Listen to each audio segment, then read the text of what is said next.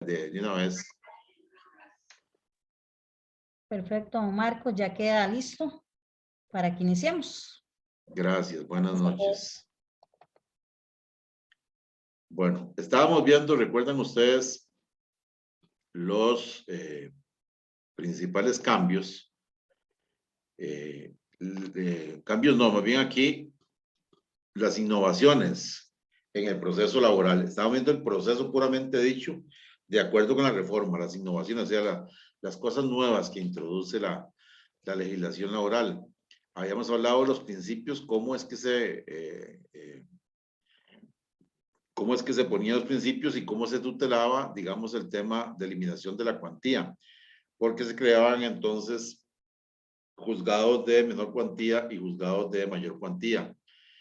Y habíamos dicho que era muy importante este proceso porque el juez podía actuar ultra petita cuando los derechos renunciables estaban mal calculados y podía actuar extra petita advirtiendo a la otra parte, o más bien al juez, al abogado defensor en este caso, las omisiones que tenía en las pretensiones. También habíamos hablado del proceso sumarísimo, ¿verdad?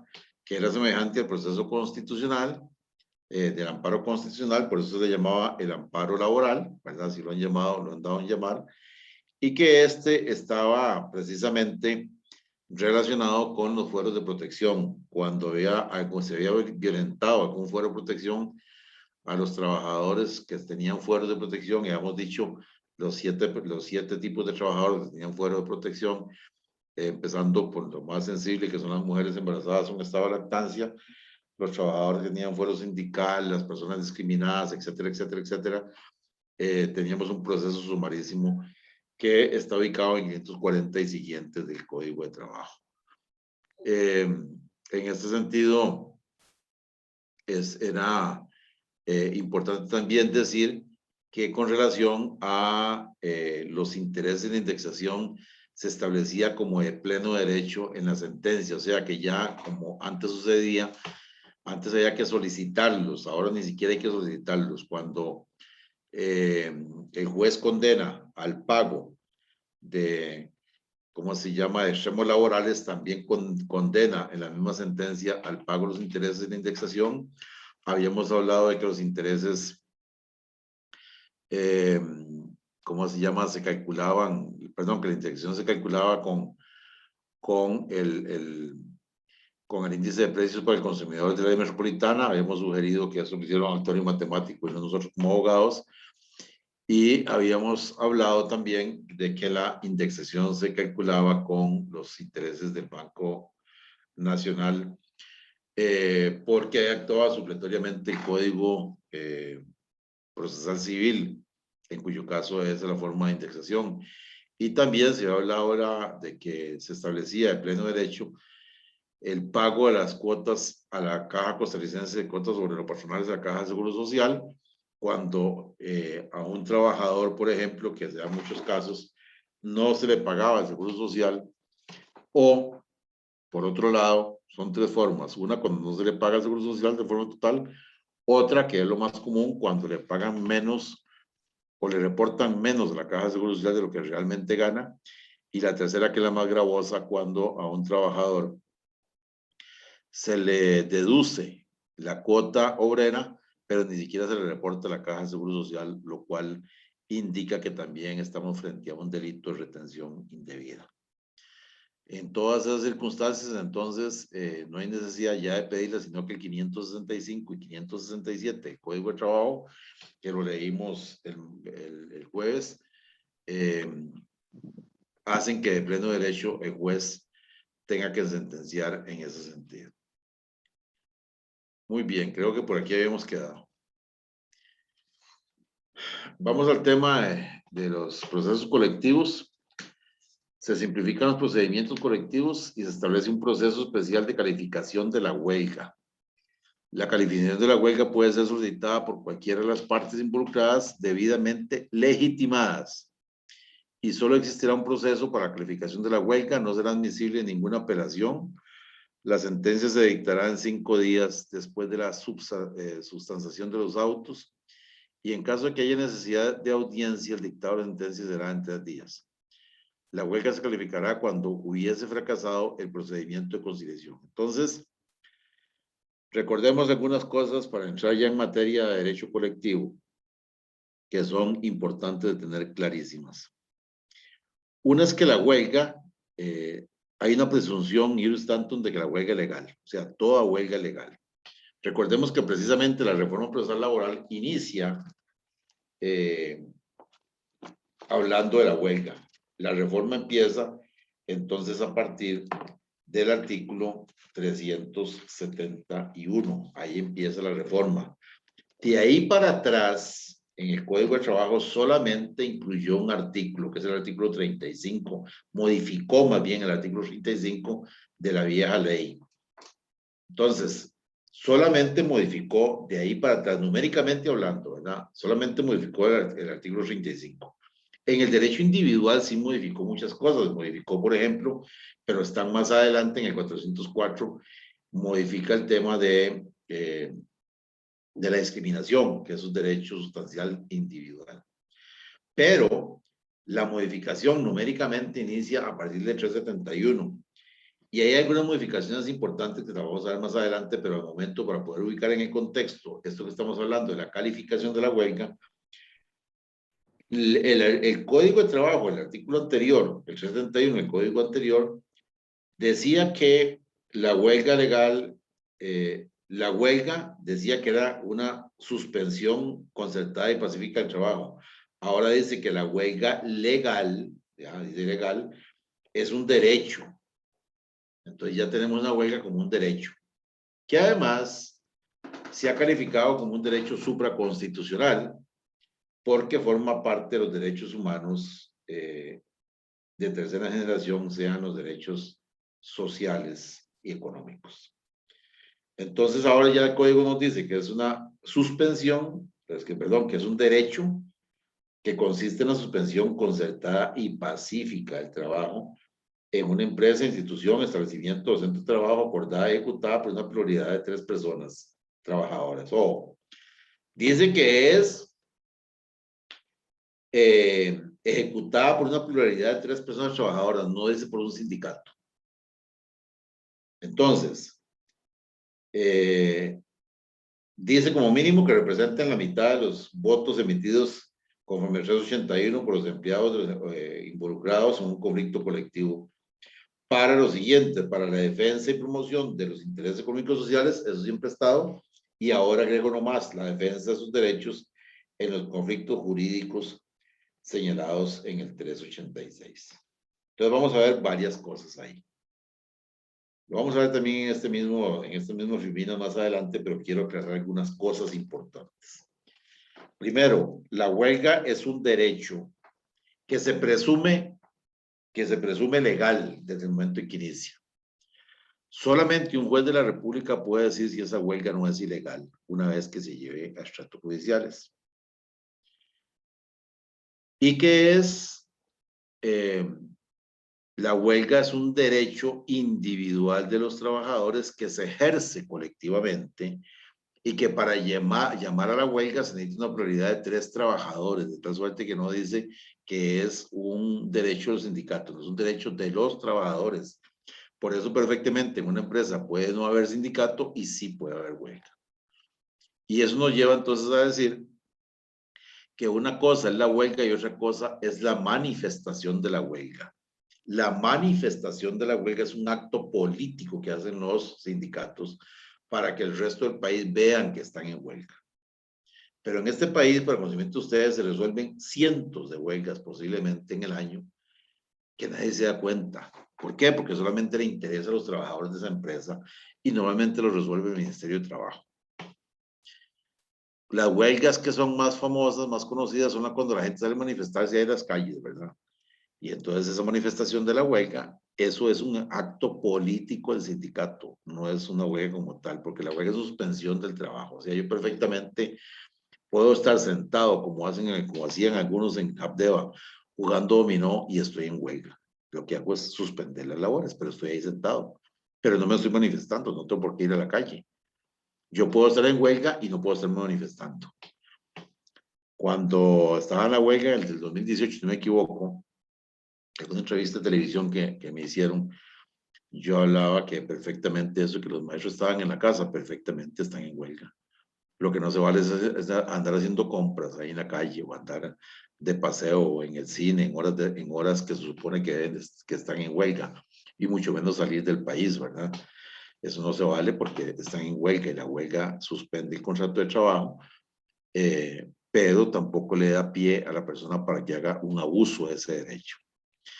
Entonces, varias cositas. La huelga es pacífica, se presume pacífica desde su inicio, hasta que un juez de la República no diga lo contrario.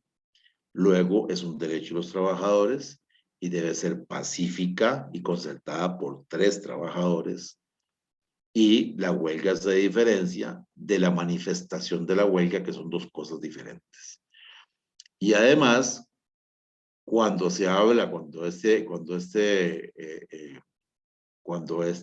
legislación a partir del 369 indica ya en la vía procesal propiamente dicha, que es lo que se modifica aquí en este caso, puede ser solicitada por cualquiera de las partes involucradas, bueno, que cuando manifiesta que se debe de agotar la conciliación, es que el único fin de la huelga es precisamente llegar a una conciliación. Ese es el fin de la huelga. Y la huelga no es un problema. La huelga es la última ratio de un problema subsistente anterior a la huelga misma. No puede ser que 3 o 4, 5, 10 o 100 trabajadores no dejen con el patrón y se hagan inmediatamente la huelga, ¿no? Esos son problemas que se vienen dando hasta que desencadenan una huelga que es la gota que rebalsa el vaso. Y precisamente yo siempre he comparado esto con el tema del derecho de familia con el matrimonio. El matrimonio, mientras que usted esté recién casado, de luna miel y todo lo demás, todo es muy bonito. Cuando hay un divorcio, no es porque surgió un problema ese día y entonces me divorcié, no. El divorcio acontece después de una serie de problemas que vienen dando entre esa pareja que hace imposible la convivencia entre esas 2 personas, ¿verdad? O porque hay una agresión de parte de una de las 2 personas, o porque hay una irresponsabilidad de una de las 2 personas, o porque hay constante alcoholismo en una de las 2 personas, etcétera, o porque hay maltrato con los hijos de una de las personas por parte de uno de ellos 2, etcétera, o porque hay infidelidades de parte de uno de ellos 2, etcétera. Pero esos son problemas que vienen dando a lo largo de cierto tiempo hasta que se encadena precisamente en lo más gravoso que es el divorcio. En el tema, entonces igualmente el divorcio no es el problema, el divorcio es la gota que rebalsó el vaso. Los problemas se vienen dando anteriormente. En el tema de trabajo igual, la huelga es la gota que rebalsa el vaso, pero los problemas vienen dándose ya de antes. Por eso la huelga no es un problema. La huelga es la manifestación de un problema, la manifestación visible de un problema laboral que se viene dando consecutivamente hacía mucho tiempo. Y la huelga precisamente para poder ubicarnos en el contexto, cuando haciendo un análisis exegético, leyendo o revisando más bien las actas de la Asamblea Legislativa del año 42, cuando el presidente Calderón Guardia defiende este punto en el 371 del Código de Trabajo relacionado con la huelga, cuando defiende esto, ¿por qué inserta el derecho a la huelga dentro del Código de Trabajo el presidente Calderón Guardia en minutos 41 y 42, que luego Rey de la República en el 43, el presidente Calderón Guardia dice, más o menos así, abro comillas, vamos a darle juridicidad a algo que es antijurídico, porque lo jurídico es trabajar y lo antijurídico es no hacerlo. Sin embargo, dice el presidente Calderón, a veces es la única forma de que el patrono se siente a negociar con los trabajadores los derechos económicos y sociales. Cierro comillas. Dicho eso, entonces, el fin de la huelga es llegar a una conciliación. Toda huelga termina con una conciliación, con un acuerdo entre partes o si no un acuerdo impuesto por un juez de la República a través de un arbitramiento. De tal suerte que la huelga nada más es una manifestación para sentar al patrono a la mesa de negociación.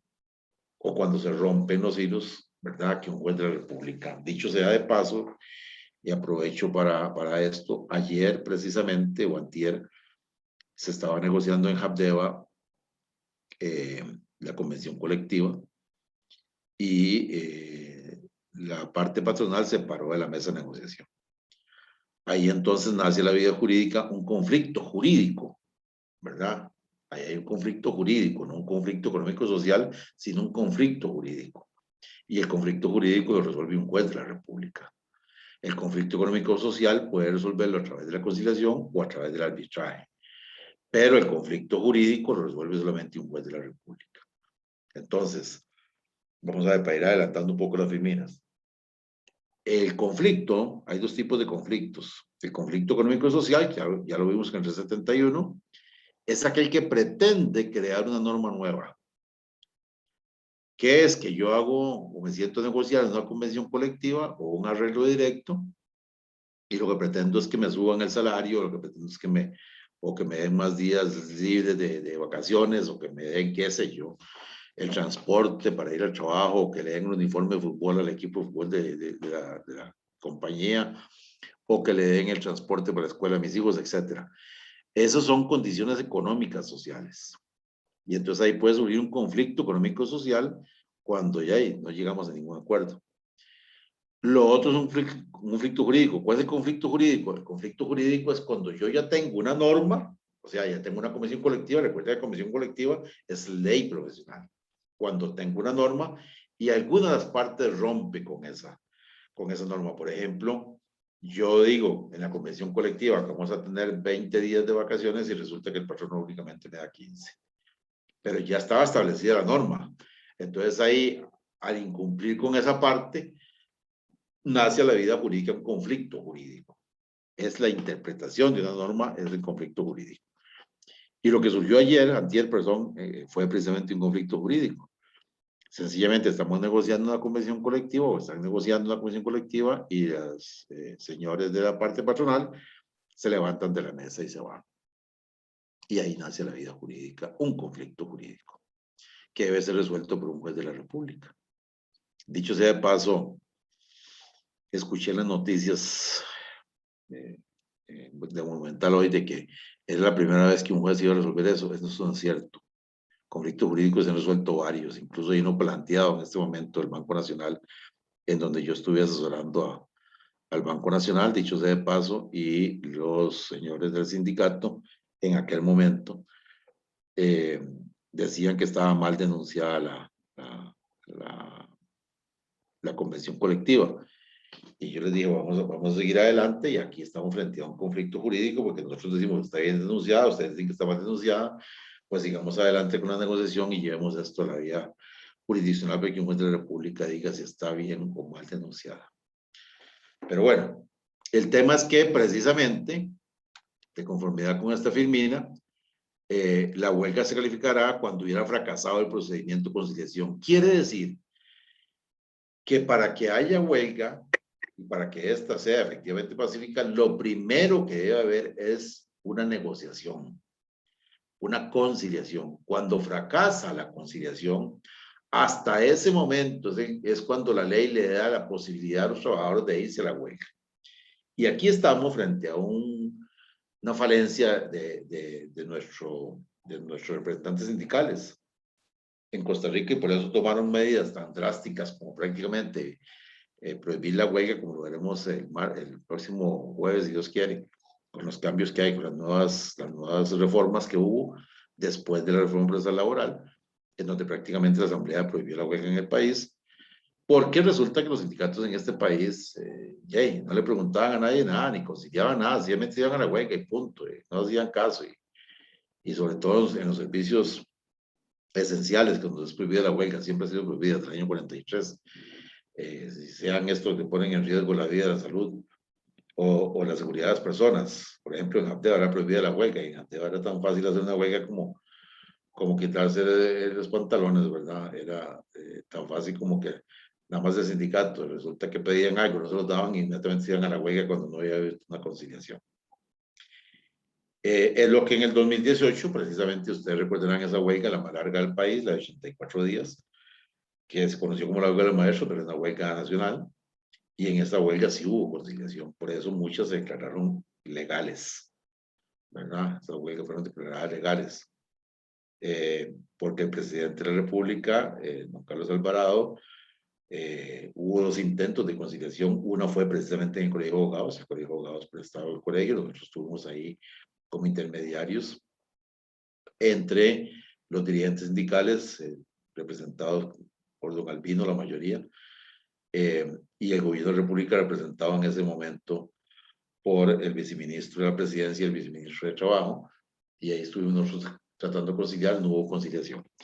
Luego se fueron al clero, creo que la Iglesia Católica sirvió de media hora también, y ahí se acabó, hasta que la Iglesia Católica se dio cuenta que los estaban vacilando porque en el fondo ninguna de las 2 partes quería negociar, y ahí se acabó la conciliación. Y a partir de ahí entonces se fueron a la huelga, y es precisamente por eso que los jueces de la República, e incluso en segunda instancia, declararon la huelga, esa huelga fue declarada legal. Pero bueno, la sentencia que produce cosa juzgada tiene recurso de casación. El Tribunal de Trabajo debe pronunciarse primero sobre aspectos formales. Vean que las huelgas, y aquí es muy importante para que conozcan ustedes, estuvimos a hacerlo repasado, porque a ustedes les interesa el derecho individual, yo sé que no les interesa tanto el colectivo, pero es importante siendo ustedes profesionales en derecho, que tengan bien claros estos temas. La segunda instancia en materia de huelgas de derecho colectivo no es la sala de casación, o sea, no es la sala segunda, es el Tribunal de Trabajo que resuelve las sentencias de primera instancia, que resuelve las sentencias de menor cuantía. Ese mismo Tribunal de Trabajo es precisamente quien resuelve los recursos de casación en caso de que haya un fracaso o que un juez de la República o que no esté de acuerdo la otra parte de lo que resolvió un juez de primera instancia. El AQ es entonces siempre un juez unipersonal o un tribunal unipersonal que lo resuelve en segunda instancia un juez o un tribunal de 3 personas compuesta por 3 jueces que son los mismos que resuelven las sentencias de la Q en menor cuantía. Este aquén entonces sería el juez de segunda instancia, que sería el tribunal de menor cuantía.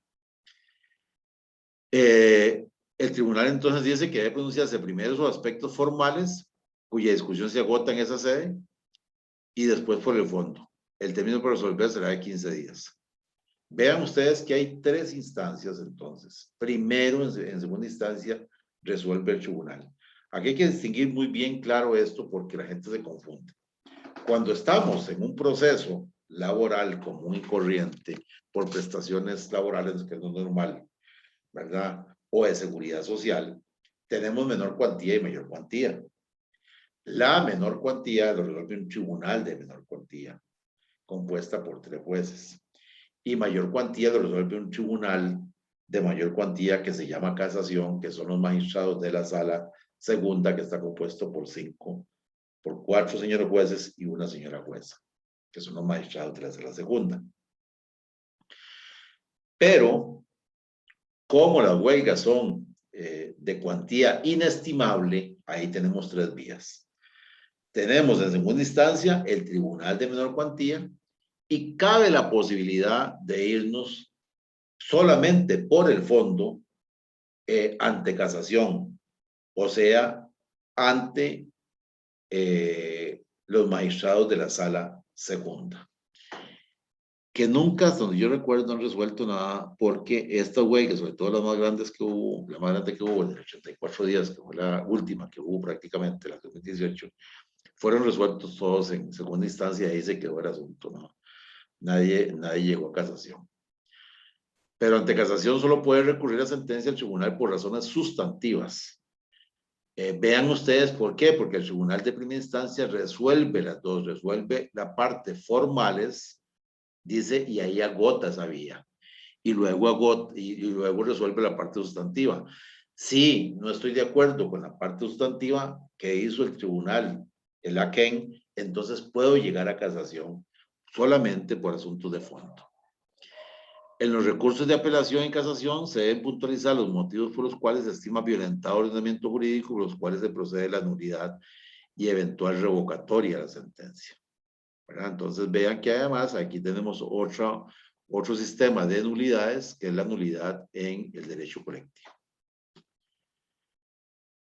La solución de los conflictos colectivos: se validan las conciliaciones y los laudos arbitrales para la solución de los conflictos económicos y sociales y las convenciones colectivas de trabajadores del sector público. Esto es muy importante porque antes de la reforma, algunas instituciones, por ejemplo, tenían la posibilidad de hacer convenciones colectivas, más bien de ir a la huelga, pero no tenían convención colectiva. Luego, por ejemplo, el caso de la Asamblea Legislativa, ¿verdad? Donde podían haber unas huelgas, pero no tenían ni tienen convención colectiva. Pero en caso, con la reforma procesal laboral, se vino a decir la norma, precisamente que en esas instituciones donde no hay la posibilidad de la convención colectiva, como es el caso, en este caso, valga la redundancia, de la Asamblea Legislativa, cabía la posibilidad de los laudos arbitrales. Precisamente el 688 del Código de Trabajo estipula: serán válidas las conciliaciones y los laudos arbitrales para solución de los conflictos económicos y sociales de los trabajadores y trabajadoras del sector público, así como las convenciones colectivas, siempre y cuando se ajusten a las siguientes disposiciones, ¿verdad? Entonces, a partir de la reforma, también instituciones públicas tienen la posibilidad de convención colectiva.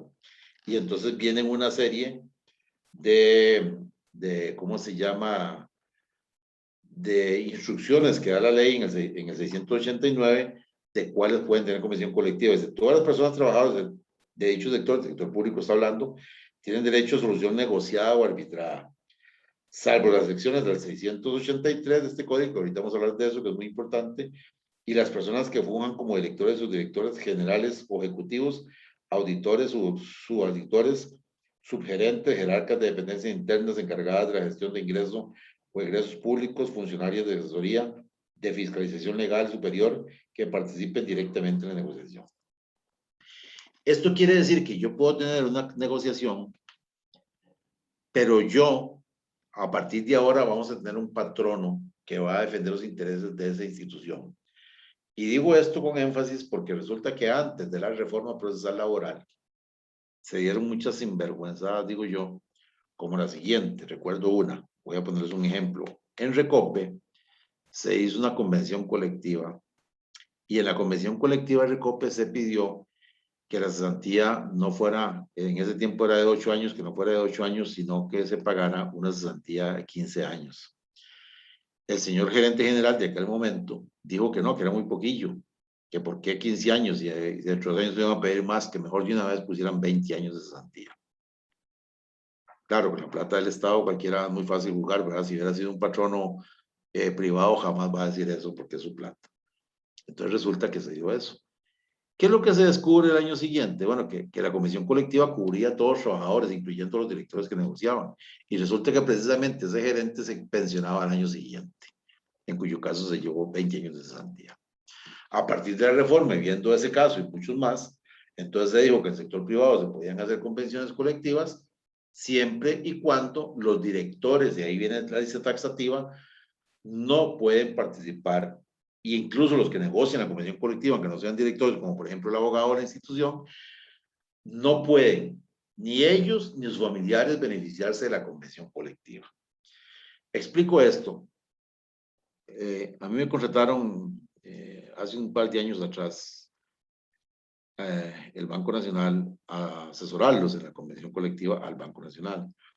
Lo primero que yo le dije a don Juan Carlos, que en ese tiempo era gerente general del Banco Nacional, de la corporación del Banco Nacional, don Juan Carlos, ¿usted tiene familiares aquí que trabajan en el banco? Sí, claro, varios.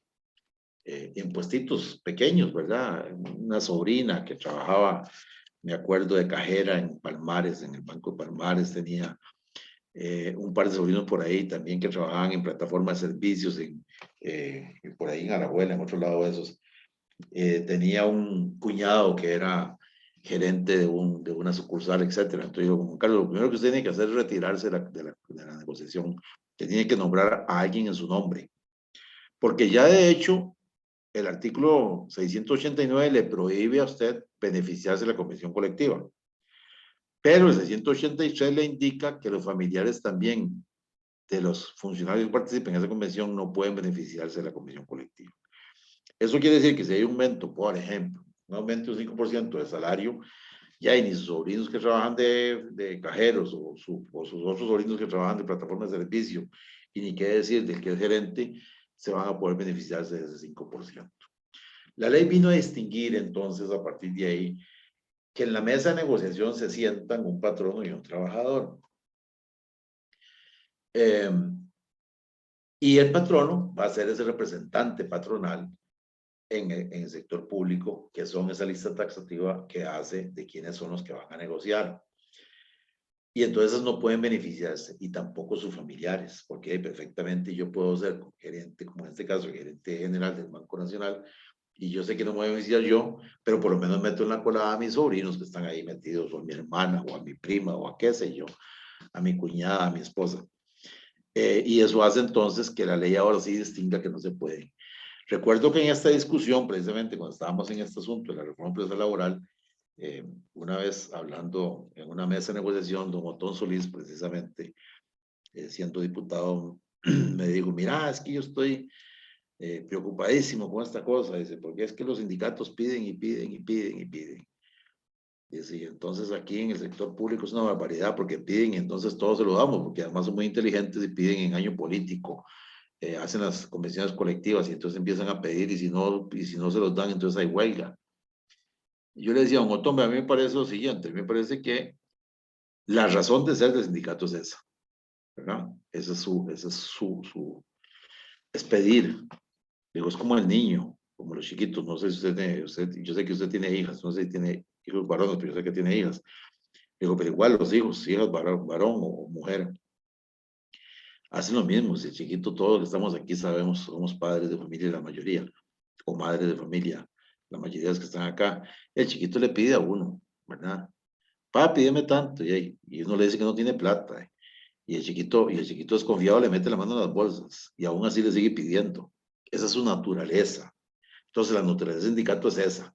Yo le decía precisamente esto, don Otón, aquí lo que estamos enfrentando es que el lado patronal, cuando ustedes negocian la opinión colectiva en el sector privado, porque yo he negociado cientos, en el Caribe negocié cientos, el patrón no se sienta porque es su plata. Pero el sector público no, porque la plata del Estado, la plata del Estado es de todo, pero no es de nadie. Entonces es muy fácil repartir plata que no es mía. Ahí lo que tenemos que hacer, y era cuando hablábamos de este artículo, es precisamente ponerle un límite y entonces sí castigar al patrono que incumple con eso, al representante patronal que incumple con eso. Y es ahí que, como podrían ustedes más adelante revisar esos artículos de 688 en adelante, la ley dice que la Contraloría, primero que nada, debe estar de acuerdo la Procuraduría y la Contraloría General de la República con lo que esa persona va a conciliar, y que si esa persona concilia algo diferente a lo que es la Contraloría, esa norma será nula, por un lado, y la persona representante del Estado, en este caso, se atendrá a las consecuencias legales que provoque la desobediencia que hace a esos dos entes, regulador por un lado y procurador por otro lado. De tal forma que ahí tenemos un cambio sustancial en materia de la negociación colectiva. Luego, se vino a decir en el 690 que se respeten los convenios de libertad sindical. Recordemos que los convenios los más que hablan de la libertad sindical son el 87, 98, 135 y la recomendación 143 que engloba a todos. El artículo 87 del Código de Trabajo es la protección del sindicato frente al Estado. El artículo 98 es la protección del sindicato frente al patrono. Y el artículo 135 la protección de los sindicatos frente a ellos mismos o a otras organizaciones, como por ejemplo los comités permanentes de trabajadores. Y el 135 dice precisamente en el punto 4 del 135, establece que tendrán la protección los dirigentes sindicales o aquellos dirigentes libremente electos por los trabajadores, y que esa regulación la hará cada país parte, en esa parte de la OIT, de acuerdo a una legislación interna. Y esto hace que en Costa Rica, desde el año 43, existan comités permanentes de trabajadores, que están en 614 y siguientes del Código de Trabajo. El Comité Permanente de Trabajadores, que representa a trabajadores que no están sindicalizados y que hacen arreglos directos en lugar de convenciones colectivas. Y siendo que ellos son los representantes libremente electos por los trabajadores, ¿verdad? Que algunos sindicatos dicen que son los patronos, que no se ven, pero por lo menos en mi experiencia en el Caribe no era así, por lo menos en Bandec, donde yo trabajé durante muchos años. Son trabajadores libremente electos por sus compañeros en una asamblea general que se hace. Y entonces ahí tiene la legitimidad del respaldo de la OIT a través de este convenio 135, que luego vino a ser ratificado por el voto 5000 del año 93 de la Sala Constitucional, ¿verdad? Cuando precisamente una finca de Guapiles llamada Cocobola, un arreglo directo no llegó a feliz término y los trabajadores, que eran representantes de sus compañeros, amenazan con ir a la huelga. Y al amenazar con ir a la huelga, entonces, ya le doy la palabra, ¿ya? Al amenazar con ir a la huelga, entonces vino el patrono, los despidió con prestaciones y ellos se presentaron un recurso de amparo, un sindicato más bien presentó un recurso de amparo a favor de estos trabajadores que no eran sindicalizados, sino que eran del comité permanente, y la Sala Constitucional, en un voto maravilloso del año 93, el voto 5000, que tendrían que leérselo para que aprendan de esta materia, que es muy importante, vino a decir que de conformidad con el 135 de la OIT, tenían también el fuero sindical. El fuero sindical, para conocimiento de ustedes, está ubicado en el 493 del 497. Perdón, del 393, ay, Dios, se me olvida. Del 363 al 370, el Código de Trabajo, ahí está el fuero sindical. Y ese fuero cubre también a los comités permanentes de trabajadores. Y entonces ahí, en ese momento, en esa finca Cocobola, obligó la Sala Constitucional a reinstalar a esos trabajadores. El patrono de pagador de prestaciones las perdió el patrono y tuvo que reinstalarle y pagarle todos los salarios caídos a esos trabajadores. Entonces, luego viene la recomendación 143 de la OIT y recoge precisamente esos 3 convenios que son de respaldo del sindicalismo o del derecho a la huelga y al sindicalismo. Dígame, doña Adriana. ¿Cómo le va, licenciado? ¿Cómo está, profe? Nos hace falta por acá. Buenas Sí, noches. muchas gracias, buenas noches. Usted me dice cuándo vamos por allá. Pronto, pronto. Acá lo esperamos siempre, Lick. Gracias. Dígame. Tengo una duda. Según el espíritu del legislador, con el asunto de la presunción de las huelgas, no me queda claro el numeral 705 y 706, que en el sector público se debe agotar la vía de la negociación y el arbitraje. Siempre quise hacerle esa pregunta, pero de ahí siempre hablábamos de otro tema y se me olvidaba, pero sí quiero que me esclarezca eso, por favor, profe. Sí, claro, es que, vamos a ver, en la vía privada, de conformidad con el 371 del Código de Trabajo, se debe de agotar la conciliación para que la huelga luego no sea declarada ilegal, ¿ok? Entonces, en el sector público hay que agotar la vía de la negociación y del arbitraje, porque en el sector público tenemos 2 tipos de funcionarios: los funcionarios que tienen derecho a la huelga y los que no tienen derecho a la huelga. Los que no tienen derecho a la huelga, entonces le cabe la posibilidad del arbitraje. El hecho de que no tenga derecho a la huelga no quiere decir que no tenga conflictos. Claro que también los tienen. Pero precisamente para evitar el conflicto como tal, cabe la posibilidad de un arbitraje y una negociación. Y entonces, después de agotar la negociación y el arbitraje en el sector público, hasta en ese momento cabe la posibilidad de ir a la huelga. O sea, en el sector público son 2 cosas. Hay que negociar primero, y si no hay negociación, un arbitraje. Recuerde que es que aquí hay una diferencia para que... por eso es que estos temas son muy profundos, es de un curso completo, pero voy a explicarlo por encima. En materia de derecho colectivo, se diferencia el derecho individual en que el arbitraje no es un arbitraje, ¿cómo se llama? En vía judicial. Se hace en vía judicial sin que sean jueces de la República los que hacen el arbitraje. Les explico.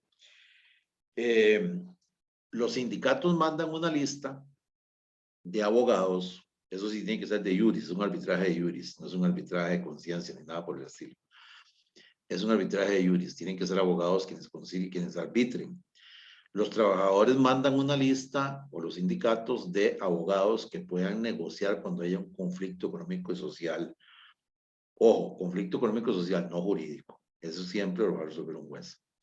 Y entonces ahí, el patrono también, en este caso la OCAE, manda una lista de quiénes son los abogados que puedan negociar en caso que haya un arbitraje. Entonces, cuando hay un conflicto económico-social en el sector público, entonces el juez de la República llama a esos árbitros, como cuando el juez de la República nombra un perito, ¿verdad? De una lista de peritos que tiene para hacer un peritaje, igual llama a esa lista que tiene de los jueces, no los llama porque es muy amigo Marcos Amador, no, llama a la lista quién es el primero, segundo, tercero, cuarto, quinto, y ahí va llamando, son 3 árbitros de cada lado, ¿verdad? ¿Y por qué hay una lista que son de 10 o 15? Bueno, porque precisamente uno puede estar enfermo, uno puede tener, ¿cómo se llama?, citación a juicio, otro puede estar fuera del país, etcétera. Entonces, los llama en esa lista 3 de representantes personales y 3 representantes de los trabajadores. Esos son los árbitros. Y ese arbitraje se hace precisamente en el Poder Judicial. Y precisamente las horas que esas personas trabajen en ese arbitramiento se les paga como el mismo salario que tiene el juez de la República, y eso es pagado por el Estado, o sea, la paga la Corte Suprema de Justicia. Por eso que esos árbitros que se debe agotar la vía, aunque el árbitro emite una resolución, esa resolución, ¿cómo se llama? Es un laudo arbitral, se llama así, un laudo arbitral. No necesariamente es obligatorio que sea el laudo arbitral. Puede ser que esos 3 y 3 no lleguen a ningún acuerdo. Cuando llegan a un acuerdo, se emite un laudo arbitral que es firmado entonces por el juez que los convocó. El juez se convierte entonces en parte del tribunal. ¿Para qué firma el juez? Para que tenga el carácter de cosa juzgada material. Porque los 3 abogados que son fuera del Poder Judicial no tienen la jurisdicción, ¿verdad?, para poder emitir un criterio que tenga carácter de cosa juzgada material. Si no llega a un acuerdo entre esas 6 personas, sencillamente el juez no firma nada, no hay nada, y ahí se agota la vía de arbitramiento, y entonces ahí sí cabe la huelga. ¿Me expliqué, doña Adriana?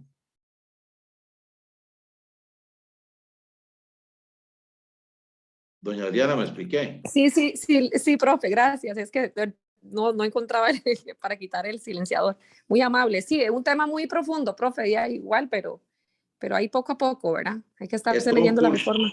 Es Sí, es todo todo un un curso curso, completo. es todo un curso sobre esto. Si quieren saber sobre ese tema ya a profundidad, ahí pueden en YouTube, hay una conferencia mía, y creo que hay un programa con Claudio Alpizar, si no me equivoco, sobre las huelgas en Costa Rica. Sí, claro, porque ¿qué va? Es un tema demasiado profundo. Sí, hay un programa de televisión que yo hice con don Claudio Alpizar, ¿cómo se llamaba ese programa? Bueno, es un programa que tiene ahí en televisión, que saliendo con una copita. Ahí lo buscaremos, Ahí está. Gracias, Lick. Hablo sobre el tema de las huelgas en ese, pero ahí lo pueden buscar en YouTube. Ahí está. Gracias. Ok, con todo gusto, seguimos con el tema. Ya vimos entonces las modificaciones, no la modificación que hubo, sino más bien los cambios que hubo o las incorporaciones nuevas en el derecho procesal laboral y en el derecho colectivo. Ahora vamos a ver una reseña de las principales modificaciones, o sea, lo que se cambió. Antes fue lo que se introdujo, todo lo que hemos visto el jueves y hoy hasta esta hora es lo que se introdujo.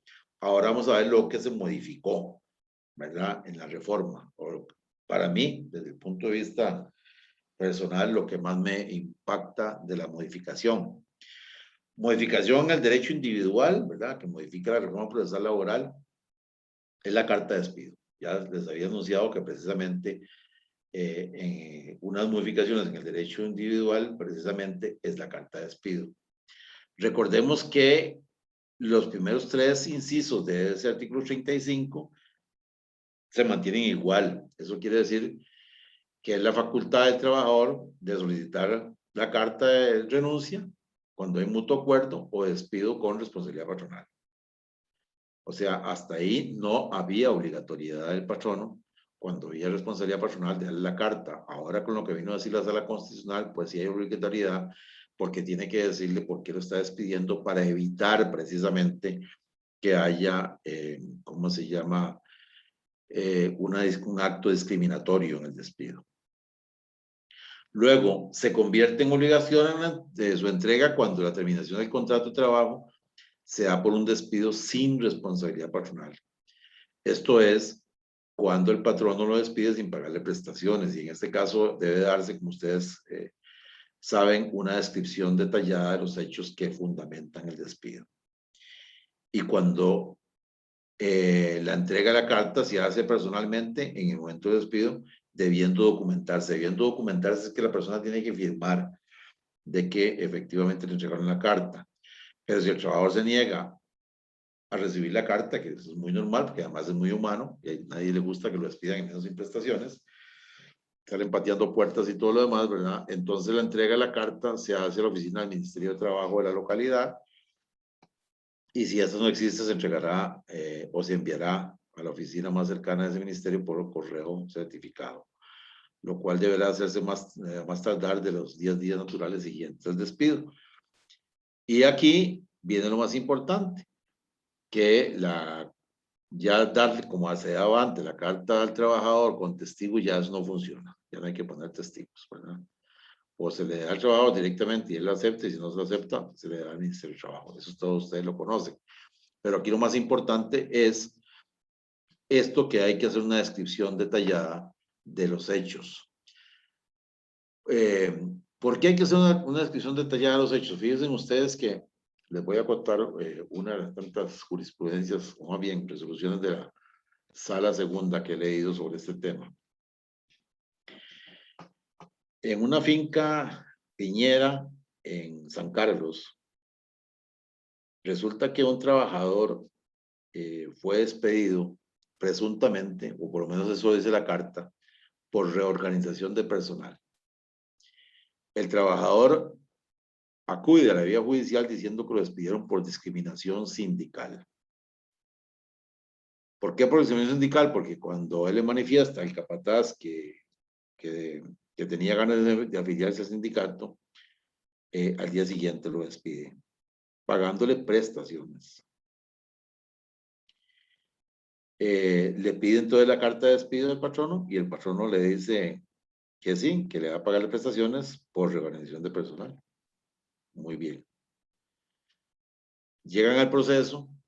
En el proceso, lo primero que el juez pide a solicitud del abogado del sindicato es que le muestre, que el patrono le muestre el organigrama de cuál fue la modificación que hizo para decir que se hizo una reorganización de personal. Resulta que no había tal reorganización de personal, porque es que es raro, cuando usted lo despide habían 300 trabajadores y ahora hay 320, un año después. ¿Cuál fue la modificación que hizo? Entonces no hubo modificación. Entonces hay una presunción iuris tantum de que efectivamente, iuris tantum, para los que no saben estos términos, es que admite prueba en contrario. Hay una presunción iuris tantum de que fue despedido de forma discriminatoria. Entonces el abogado de la empresa dice que es que además de eso ya los tenía cansados porque era un tipo muy violento, muy conflictivo, y empieza a decir una serie de cosas, y el juez lo frena y dice: no, un momentito. Eso no está en la carta de despido. Y lo que no está en la carta de despido no se discute. Y ahí se acabó el juicio. La Sala Segunda vino a ratificar la sentencia de la CU, y finalmente reinstalan a ese trabajador pagándole todos los salarios caídos. Por eso es muy importante que tengamos claro que las cartas de despido deben hacerse muy puntualmente. Yo siempre he dicho, le he dicho a los clientes que tengo yo, a las empresas que asesoro, que la defensa de juicio empieza precisamente por la carta de despido. Ahí empieza la defensa. Y yo les digo, si ustedes tienen la prueba, póngalo ahí. Si no tienen la prueba, no pongan nada que no tengan cómo probarlo. Y precisamente para eso hay que retrotraerse, hay que armar lo que se llama, en materia laboral, establecer la preprueba. Por eso es que un trabajador entra a trabajar en una empresa, lo primero que se debe hacer es hacerle un contrato de trabajo. Y a partir de ahí, si pide un permiso de media hora, con mucho gusto, firme aquí. Que pide que le adelante las vacaciones, venga, con mucho gusto, firme aquí. Y todo eso se va metiendo en el archivo, ¿verdad? Cuando es físico, o se va metiendo en el expediente electrónico, cuando es electrónico. Y a partir de ahí, cuando yo despido, ya no tengo ningún problema, porque tenemos la prueba contundente y entonces lo despedimos con causa y no de forma discriminatoria. Miren que cuando uno hace eso, modestia aparte, les digo, las empresas que yo asesoro, a partir de esa asesoría, empezamos a poner todo en orden. ¿Cómo se llama? No hemos tenido mayor problema con las empresas que yo he asesorado. No porque porque no hayan conflictos, claro que hay conflictos, obviamente. Y claro que han habido despidos, y claro que hay demandas, porque de hecho ahora siempre hay demanda. No le puede negar el acceso a la justicia a nadie. Pero los casos, específicamente con las empresas que yo asesoro, los 12 juicios que hemos tenido en los últimos 3 años, los 12 los hemos ganado. Y precisamente porque estamos bien documentados, porque se lleva, y además porque no hay mala intención, porque no está despidiendo a nadie por mala intención. Y hay trabajadores en el sector público y privado, hay trabajadores buenos y malos, y hay pésimos también. Y hay gente mentirosa, hay gente que inventa que lo hace hecho, hay gente que inventa un montón de cosas. Usted lo sabe mejor que yo, porque a usted le llegan a esos clientes. Y saben cuando uno tiene un trabajador ahí enfrente, cuando le está diciendo, le está contando el histórico, y hay, que a veces no es tan cierto lo que dice. Y muchas veces las sorpresas se las llevan en los juicios, ¿verdad? Y entonces ahí lo importante, yo siempre hago énfasis en la carta de despido, porque siempre le digo a toda la gente que yo asesoro, la carta de despido empieza la defensa de juicio, ¿verdad? En el caso de los patronos.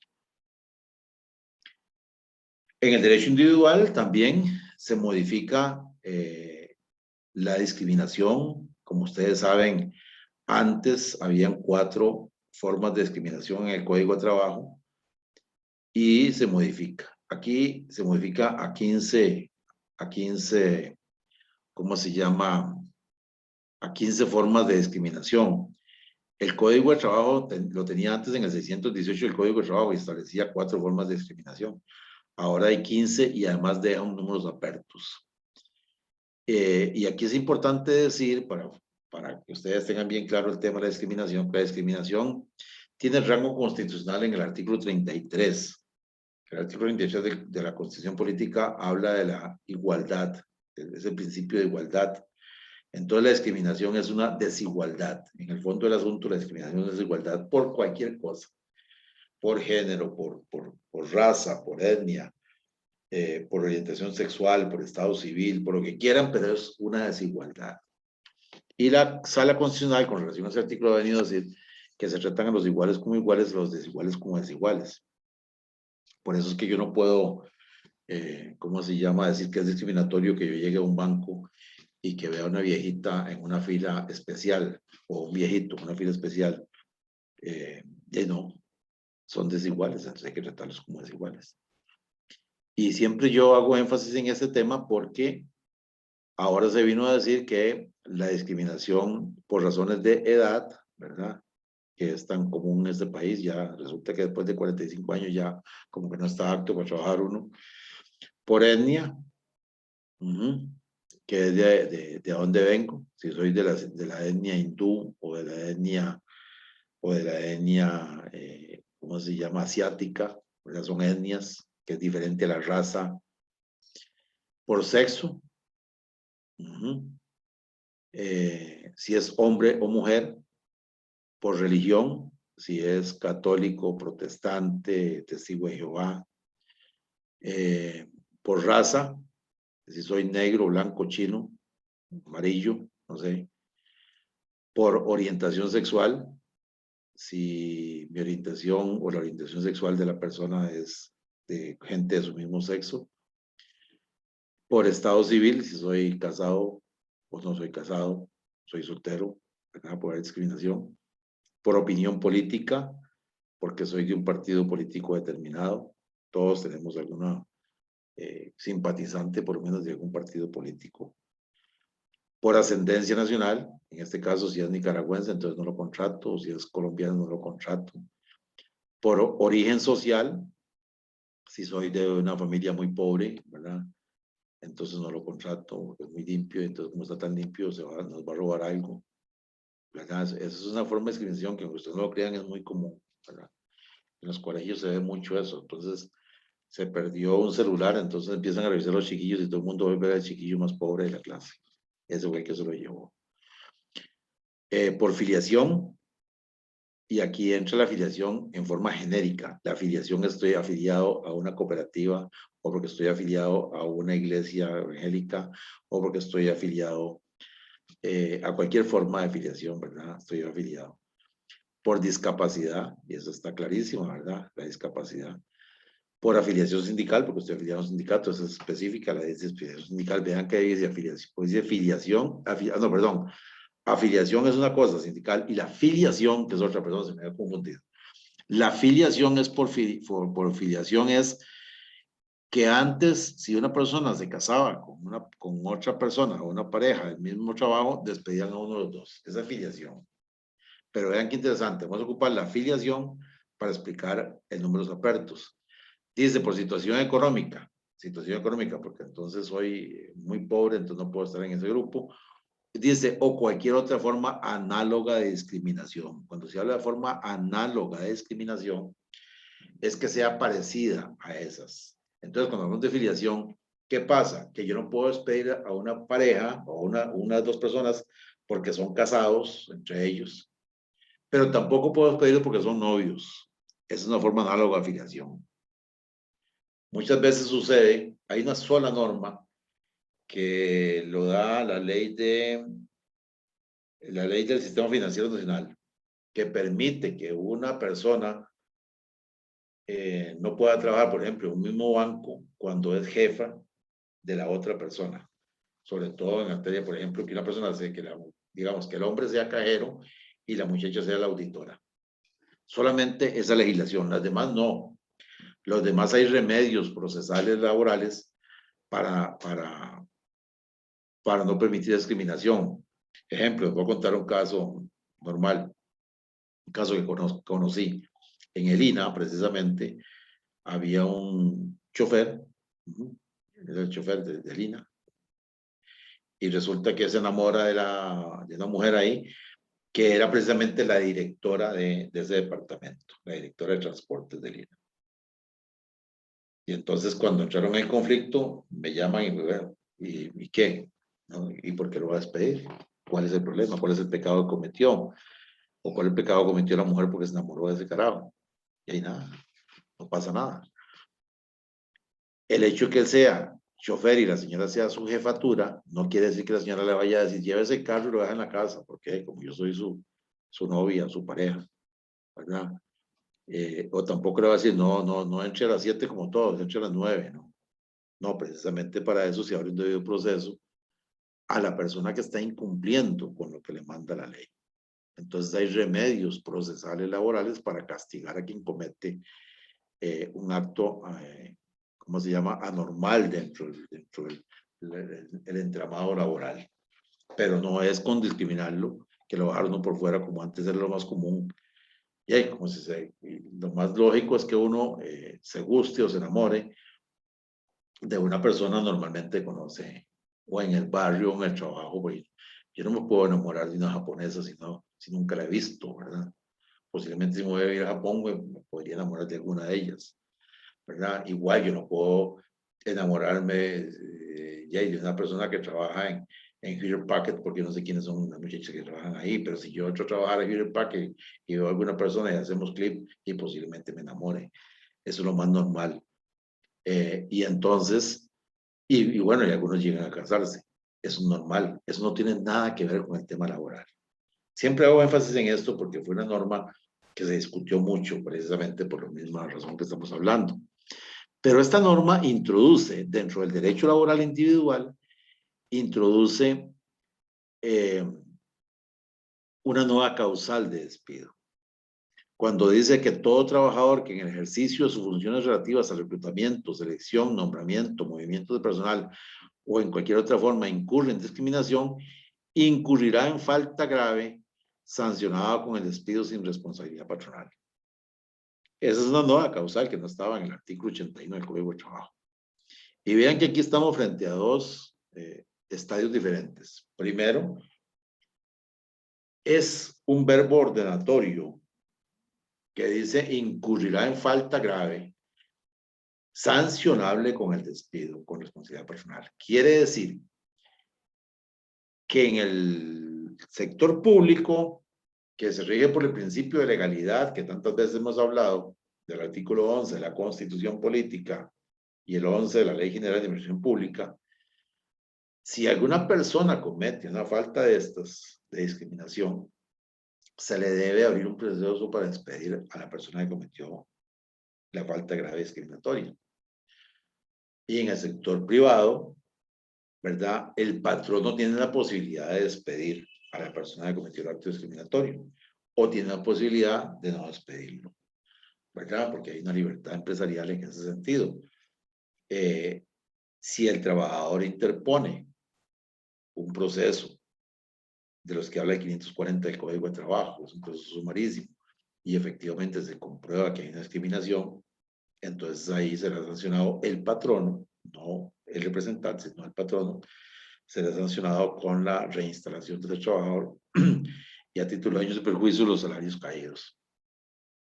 Pero eso no quiere decir que entonces el patrono, si le da la gana, despide a quien cometió ese acto, si le da la gana, no lo despide, porque muchas veces más bien es el patrón el que le dijo a esa persona, no, ese no lo contrate. Yo en este momento estoy llevando un caso, les cuento, de una muchacha de Guapiles que trabajaba aquí en San José, como cocinera de una casa de una familia muy, muy adinerada. Y resulta que desde mi perspectiva la despidieron de forma discriminatoria, presentamos el procedimiento, el proceso, el juez ACU acogió la petición nuestra y el juez ACU coincide conmigo de que efectivamente hay un acto discriminatorio y bueno, está apelado en este momento el jefe o el dueño de esa casa, patrono, lo apeló a través de su abogado, obviamente. Y este caso es muy sencillo, la muchacha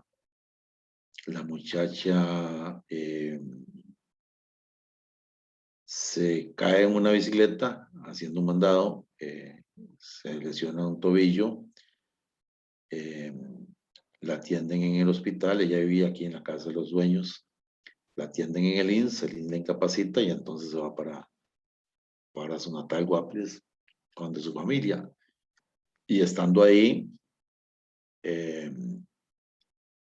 se viene el día que cumple, que termina la incapacidad, a pedirle al patrono que necesita, o sea, que le dé una boleta para volver a ir a INSS porque sigue con malestares o con problemas en esa pierna, en esa rodilla, tuvo un problema de rodilla, para que le haga una reapertura.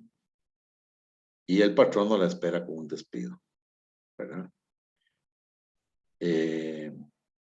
Ella me llama inmediatamente y me dice, ¿qué hago? Le digo, váyase para el INSS, usted sin la reapertura explique la situación. Mientras que ella llega a Guapiles ya no le da tiempo para el INSS, pero al día siguiente va al INSS y el INSS efectivamente le incapacita un mes más. A ella tuvimos la gran ventaja que la despidieron, pues no le dieron la carta de despido ese día, sino que se la dieron hasta el día siguiente y le pagaron hasta un mes después las prestaciones. Y yo les advertí que la estaban despidiendo cuando está incapacitada por el INSS. Bueno, el señor sostuvo el despido y finalmente presentamos el proceso Y el juez, como repito, el juez de primera instancia dijo que efectivamente tenía razón, que estaba siendo despedida. El señor dijo que no, que ya hace un momento se acabó la incapacidad. Sí, pero vino a pedir una reapertura el caso y no le dio la boleta de reapertura. Y si alguien la incapacitó era porque efectivamente se sentía mal. La incapacitó, es más, un mes más, se sentía mal. Y entonces eso hizo que ya el juez, en este momento, eso está apelado en segunda instancia. Está apelado ante la sala la sala segunda. Lleva meses ahí ya, casi un año. Pero ahí está.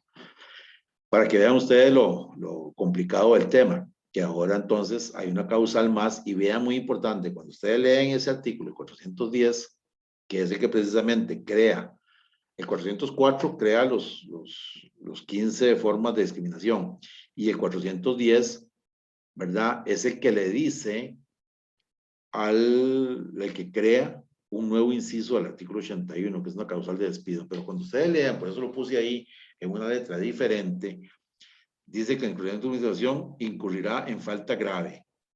Falta grave es precisamente la sanción del despido. Y vean ustedes la norma cuando dice todo trabajador que en ejercicio de funciones relativas a reclutamiento, o sea, puede cometer discriminación con una persona que aún no es trabajadora. No es persona trabajadora. Cuando está reclutando, en la selección de personal, en el nombramiento, o sea, todavía no lo han nombrado, puede cometer discriminación. En movimientos de personal, obviamente, ya cuando está dentro de la institución o de la empresa, o en cualquier otra forma. De tal forma que ahora discriminación no se vale de ninguna forma. Cuando se habla de los fueros de protección,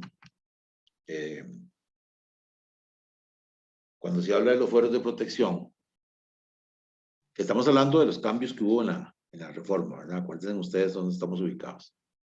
Recuerden que habían 8 fueros de protección.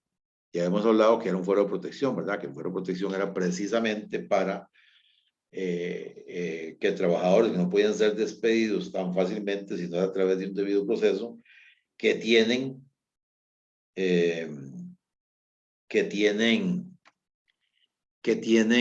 por su condición tiene que averiguar el Ministerio de Trabajo o el tribunal si por su condición lo están queriendo despedir o porque cometió una falta grave. Y entonces aquí, cuando se habla del debido proceso, la tutela del procedimiento administrativo, ¿verdad? Son para los trabajadores del Estado, son los siguientes: los servidores y servidoras del Estado en régimen de servicio civil. Las demás personas trabajadoras del sector público para tutela del debido proceso o fueros semejantes. Y quienes gocen de algún fuero semejante mediante ley, normas especiales o instrumentos colectivos de trabajo. Esos 3 se le debe seguir un debido proceso. Cuando hablamos del régimen de estados, es que algunas instituciones del Estado no están en el régimen de servicio civil, ¿verdad? Como por ejemplo la Caja de Seguro Social, por su independencia, conformidad con 73 de la Constitución Política, tienen ellos un tribunal precisamente, exclusivamente para esto, para el debido proceso. Y entonces ahí se agota la vía administrativa. Y punto, se acabó, se agotó la vía administrativa. En caso del Ministerio de Educación, el Ministerio de Educación tiene un tribunal que agota la vía administrativa. Y entonces ahí se agota. Pero otras instituciones, por ejemplo, la Asamblea Legislativa, se tiene que hacer un debido proceso, y ese debido proceso da como resultado que se eleve ante el Tribunal de Servicio Civil. Y el Tribunal de Servicio Civil finalmente es el quien dicta o el que agota la vía administrativa. Luego, las mujeres, viene otro grupo de personas, mujeres embarazadas o en estado de lactancia, las personas trabajadoras adolescentes, las personas cubiertas por el 367, quiere decir los dirigentes sindicales y los dirigentes representantes de los patronos, y las denunciantes por denuncias de hostigamiento sexual. Esas 4 tienen que haber un debido proceso en la inspección del Ministerio de Trabajo. El Ministerio de Trabajo es el que tiene que agotar la vía administrativa.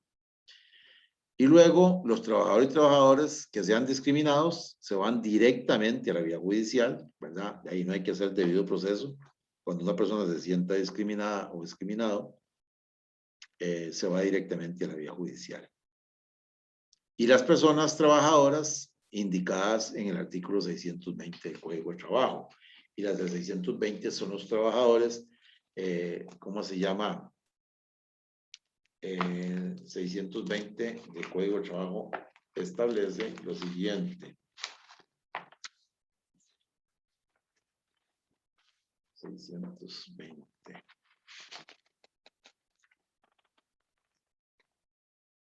Desde el momento de la entrega del pliego de peticiones, esto es para los trabajadores que van a plantear un conflicto colectivo. Vean que no es sindicato. ¿Cuándo? Y voy a explicar bien esto. Cuando en una empresa no haya sindicato, 3 personas escogidas por sus compañeros pueden hacer un pliego de peticiones al patrono para mejorar las condiciones económicas y sociales. A partir de ahí se presume que hay un conflicto laboral. Y esas 3 personas gozan de un fuero especial de protección. Y entonces no pueden ser despedidas. ¿Cómo es que se hace? No voy a explicar eso, o sea, no voy a entrar en el fondo porque no estamos viendo un curso de derecho procesal, perdón, de derecho colectivo. Sin embargo, voy a explicarles por encima cómo se hace. Hay 3 formas de poder ir a la huelga o de poder peticionar ante el patrón. 1, a través del sindicato con una comisión colectiva que se debe denunciar. Denunciarla es indicarle a la otra parte que van a negociar. 2, a través de un pliego de peticiones llamado arreglo directo con el comité permanente. Y 3, cuando no hay ni sindicato ni hay comité permanente, en cuyo caso pues los compañeros reunirse y nombrar a 3 personas que vayan a hablar en su nombre ante el patrono, y estas personas lo primero que tienen que hacer es ir al Ministerio de Trabajo a decirle al Ministerio de Trabajo que fueron nombrados por sus compañeros para pedirle al patrono mejoras económicas y sociales.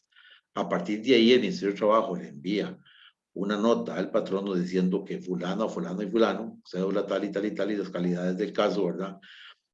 Fueron nombrados por los compañeros representantes de ellos para efectos de hacerle una solicitud y una petición para sentarse a conciliar un arreglo directo, o no sé, lo que quieran negociar, un pliego de peticiones. Y a partir de ahí nace un fuero especial de protección. O sea, el patrón no puede despedir a esos trabajadores, ni siquiera pagándoles prestaciones. Para eso debe seguir un debido proceso. Ok. Hasta aquí, cualquier pregunta, con mucho gusto. Hay una reestructuración de los procedimientos de conciliación y arbitraje para hacerlos más sencillos. Permite la solución conciliada o arbitrada extrajudicialmente. Aquí es muy importante, se crean centros de solución en sede administrativa o en otras ubicaciones, lo cual armoniza con la ley de resolución alterna de conflictos y promoción social. Y aquí hay 3 cosas que decir con relación a esto. En sede administrativa es que yo puedo llegar a una conciliación al Ministerio de Trabajo. El Ministerio de Trabajo, a partir de la reforma procesal, crea 2 RAC. El RAC para derecho individual, que lo ha tenido siempre desde que se creó la ley de resolución alterna de conflictos. Y ahora con la reforma crea un RAC para derecho colectivo. Ese es el montón de conflictos que ustedes saben, huelgas que hay en el sector privado que nadie se da cuenta. Son las que soluciona todos los días el Ministerio de Trabajo en San José. Ese centro solo está en San José.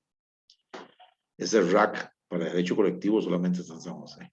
Y aquí se solucionan en San José cantidad de huelgas todos los días. Y ese RAC del Ministerio de Trabajo tiene el carácter de cosa juzgada material. Eso es en sede administrativa. Luego se crea juzgados de conciliación o jueces conciliadores que son especialistas en conciliación. Porque hasta el momento lo que teníamos en el Poder Judicial, o lo que tenía el Poder Judicial, eran jueces que tenían la obligación de conciliar, pero que a la vez era el mismo juez que sentenciaba. Y muchos de estos jueces en preparación en materia de resolución alterna de conflictos. Entonces lo que se hizo fue que algunas personas, jueces, hicieron el curso de resolución alterna de conflictos, se especializaron en esto y les dimos, digo yo, porque yo lo di, el curso a los jueces de conciliación, un curso de conciliación en materia laboral. Y entonces ahí tenemos un grupo de jueces conciliando. Y luego, muy importante, que se crean centros privados de conciliación. Y aquí hay que decir lo siguiente, los centros privados de conciliación existen desde que existe la ley RAC. Solo que ahora, en materia de derecho laboral, para tener un centro RAC que pueda conciliar materia laboral, debe ser aprobado por la DINARRAC, la Dirección Nacional de Resolución Alterna de Conflictos del Ministerio de Justicia y Paz, y por el Ministerio de Trabajo. El RAC del Ministerio de Trabajo, a cargo de mi querida compañera y amiga Nuria, Nuria, compañera mía de maestría y somos muy amigos. Ella es la directora del RAC del Ministerio de Trabajo. Y entonces tiene que ser aprobado por el Ministerio de Trabajo, después de llenar una serie de formalidades. Tiene que ver el lugar, primero que nada, cómo es el centro de trabajo, dónde está ubicado. Bueno, una serie de condiciones que tienen que tener físicas, de que no pueden tener vasos de vidrio, que no pueden tener tal cosa, que tienen que tener una fuente de agua, que tienen... Bueno. Pero además, las personas que concilian en materia laboral tienen que tener dos condiciones. O tener maestría en materia laboral para que puedan ser aceptados por el ministerio, porque ahora el Ministerio de Trabajo es la que regula los centros RAC privados, para que tengan esa resolución carácter de cosa juzgada material. Entonces, las cosas que exige el Ministerio de Trabajo es que tengan maestría en materia laboral o en su defecto un curso de 80 horas en materia laboral. Ese curso de 80 horas lo damos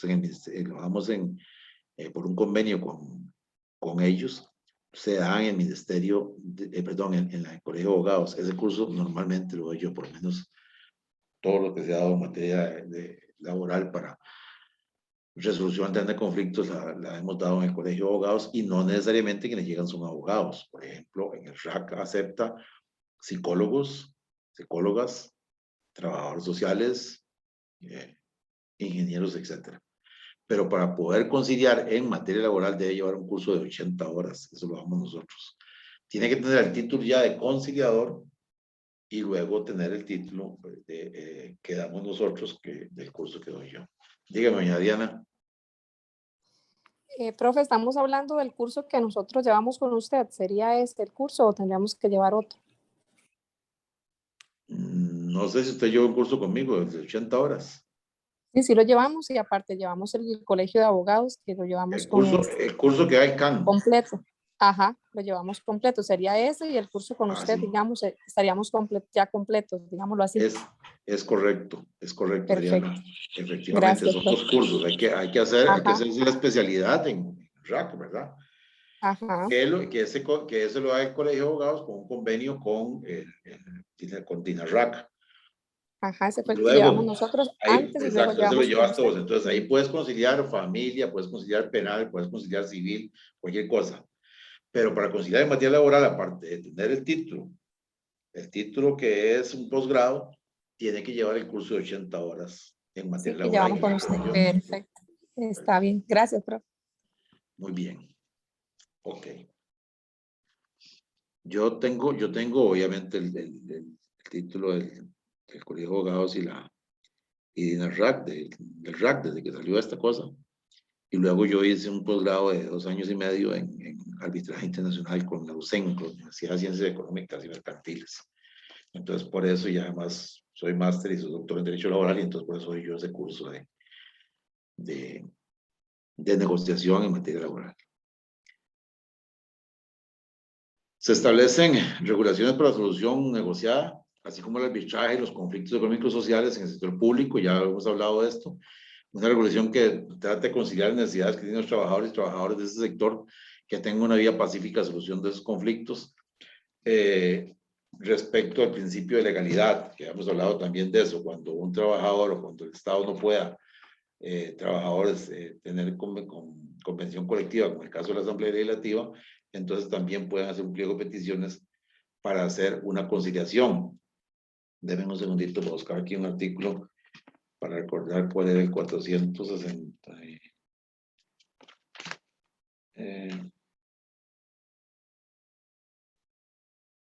Se me olvida. Se saben que hay un artículo que a mí siempre se me olvida. Aquí está el 459. El 459 dice, es facultativo para los trabajadores y trabajadoras someter a solución a sus conflictos de forma previa a la intervención de los órganos jurisdiccionales, a conciliadores o mediadores privados o el Ministerio de Trabajo y Seguridad Social. La solicitud de conciliación debidamente planteada ante ese ministerio interrumpirá la prescripción, la cual tampoco correrá mientras se ventile la cuestión en esa sede por un plazo máximo de 3 meses. También podrá solicitar al órgano jurisdiccional que antes de la presentación formal o de la tramitación del proceso se intente la solución del caso mediante la conciliación, la cual estará a cargo del mismo órgano, preferentemente a cargo de un juez o jueza conciliadora especializada del despacho o del respectivo centro de conciliación judicial. En este caso, el proceso se mantendrá en suspenso hasta por 3 meses, lapso durante el cual no correrá el plazo de alguna prescripción. Entonces ahí está el 459, que es la que nos da la posibilidad de conciliar en cualquiera de estas vías. Luego venimos ya con el proceso. Esto es lo que se modifica en el proceso. Recordemos que el proceso consta de 2 partes que están en el 517 y en el 518 del Código del Trabajo. En el 517 está lo que denominamos la etapa preliminar o la fase preliminar. Y en esas, ahí taxativamente dice qué es lo que hace, qué es lo que hace el juez. Ya ustedes lo han vivido, pero vale la pena repetirlo. Primero, intenta la conciliación, ¿verdad? Y ahí estamos ante un juez que no necesariamente es conciliador. Y entonces, más que conciliador, es un juez mediador. Hemos hablado de los 3 estadios en que tenemos la conciliación, la mediación y el arbitraje, que en Costa Rica se confundía la mediación con la conciliación, pero que son cosas diferentes. El conciliador, para efecto de que tengamos claro esto, el conciliador o conciliadora, o perdón, la persona conciliadora, no puede intervenir ni puede sugerir absolutamente nada. Siempre llegan al proceso o llegan a, si es un proceso, llegan a una solución entre las partes. Pero el conciliador, a través de técnicas, lo que hace es unir a las partes, pero no sugiere nada. Eso es lo que más cuesta. Pregúntenle a Adriana. Lo que más cuesta es quitarse el sombrero de abogado o de abogada y ponerse el sombrero conciliador. Así Porque es, profe. así es, el conciliador lo que hace es trabajar de técnicas, de tirar el puente de plata, de subirse al balcón, de brincarse el muro. Son técnicas de conciliación que le enseñan a uno para poder acercar a las partes hasta que ellos mismos lleguen a una solución del conflicto. El mediador no, el mediador también, las 2 partes son las que llegan al final del conflicto, pero el mediador sugiere soluciones. Y esa es la diferencia. Entonces, cuando estamos ante un juez conciliador, normalmente, el juez conciliador utiliza las técnicas de acercar a las partes. Y el juez conciliador normalmente saca unas partes para hacer otra explicarle. Ahí sí le puede decir, mire, ponga atención, mira lo que le están ofreciendo, tal cosa, papá, eso le podría ayudar. Pero aparte, no estando los 2 presentes. Esta metodología se utiliza en las salas de conciliación privadas y también en el Ministerio de Trabajo con otra persona, que es lo que se llama el filtro de realidades. Son 2 cosas diferentes. Entonces hay un conciliador que hace filtro de realidades y hay un conciliador que vaya a la conciliación. Son 2 cosas diferentes, pero son técnicas. Y cuando llegamos ante un juez, ya que llegamos al juicio, aquí el 517, ese juez normalmente no es conciliador. Y ese juez se sugiere cosas, ¿verdad? A veces le dice, mire, mejor paloma mano que 100 volando. Vea que tal vez, ¿verdad? También a veces se abusan. Pero bueno, yo los dejo que hablen. Entonces son 3 estadios diferentes. Ok, entonces aquí es donde se intenta la conciliación, ¿verdad? Se trata de persuadir a las partes para que solucionen el conflicto de forma conciliada en lo que sea legalmente posible. Para tales efectos se les ilustrará sobre las ventajas de una solución conciliada sin que sus manifestaciones constituyan un motivo para recurrir a la persona que juzga. Vea qué cosa más difícil, un juez que luego va a dictar sentencia en una mesa de conciliación en donde se tiran todas las cartas sobre la mesa, ¿verdad? ¿Cómo se va a quitar el juez de la mente después todo lo que oyó? Es casi imposible. Y hay jueces que son muy buenos. Yo reconozco, creo que fue un juicio que yo en Guapes, había un juez tan insistente en la conciliación, que hubo un momento en que ninguna de las dos partes queríamos conciliar. Y el juez siguió, insistió. Se llevó 3 horas. Empezamos a las 8 y a las 12 finalmente llegamos a una conciliación por pura insistencia del juez. Hay otros que no, que dicen, ¿están de acuerdo en conciliar? ¿Que tienen una propuesta? No, no tenemos ninguna propuesta. Bueno, sigamos entonces, ¿verdad? Pero hay jueces que sí tienen esa habilidad para hacer que las partes se acerquen. En el acta no se incluirá manifestaciones hechas por las partes con motivo de la conciliación y lo firmado por ellas no podrá interpretarse como aceptación de las proposiciones efectuadas. Vean que las actas que se hacen en materia de conciliación, ahí se apagan micrófonos precisamente, no hay grabación, etcétera, porque es de libre voluntariedad y finalmente lo que se hace es un acta lacónica que se llama, es una actita de una página nada más, explicando cuáles fueron los motivos, no, sino que a qué llegaron, nada más, a qué se comprometieron, no cuáles fueron los motivos que llevó a eso. Si lo existiera en el juzgado o en el respectivo circuito judicial estuviera disponible, en cuyo caso se asumirá la misma audiencia sustituyendo a quien lo dirige para esa única actividad. Ahora tenemos la posibilidad, esto es lo que dice la norma, pero ahora tenemos la posibilidad de que antes del proceso o de juicio como tal, este juicio, ya normalmente se ha intentado la conciliación con un juez especializado.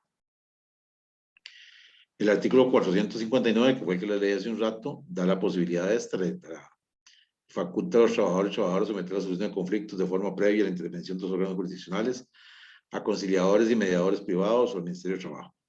Recuerden una cosa importante con este artículo, y es que, por ejemplo, normalmente me he topado ahora en los procesos que estoy llevando, que los defensores sociales del Poder Judicial están llamando antes al patrono para que traten de conciliar, incluso presentan la demanda, obviamente, porque no se puede asustar con la vaina vacía, y antes de que el juez fije fecha o ¿cómo se llama? Incluso haga el traslado de la demanda, normalmente el abogado o la abogada lo llama a uno para decirle, mire colega, es que presentamos una demanda, así, a ver si conciliamos. Todo eso se puede hacer.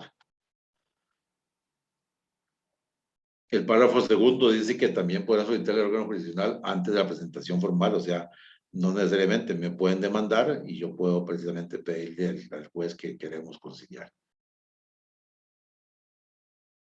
El 570, vean que estos son cambios que se están haciendo en la reforma, ¿verdad? La disposición especial en contrario, el desistimiento, la renuncia al derecho, la deserción, la satisfacción extraprocesal, la transacción, los acuerdos conciliatorios le pondrán también término al proceso, lo que se llama un término normal. Es aplicable lo que dispone respecto a la legislación procesal civil con las siguientes modificaciones. La renuncia, la transacción y la conciliación solo se consideran válidas y eficaces cuando se refieran a derechos disponibles. Entonces ahí tenemos un cambio sustantivo. Antes negociaban todo.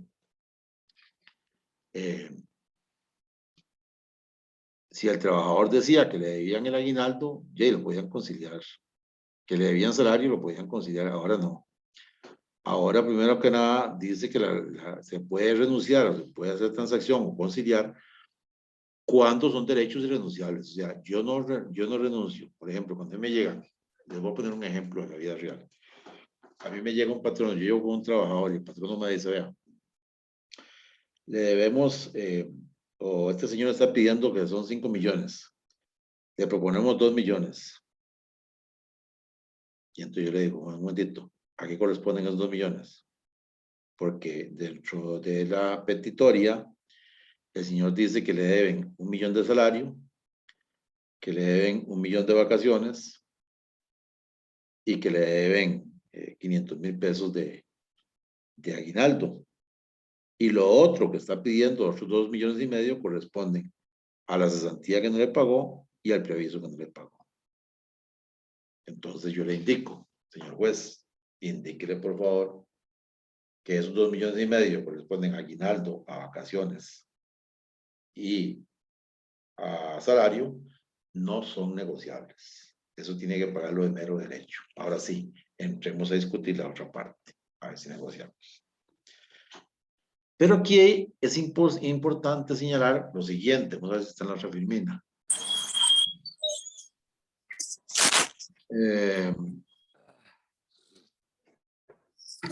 La mascarilla.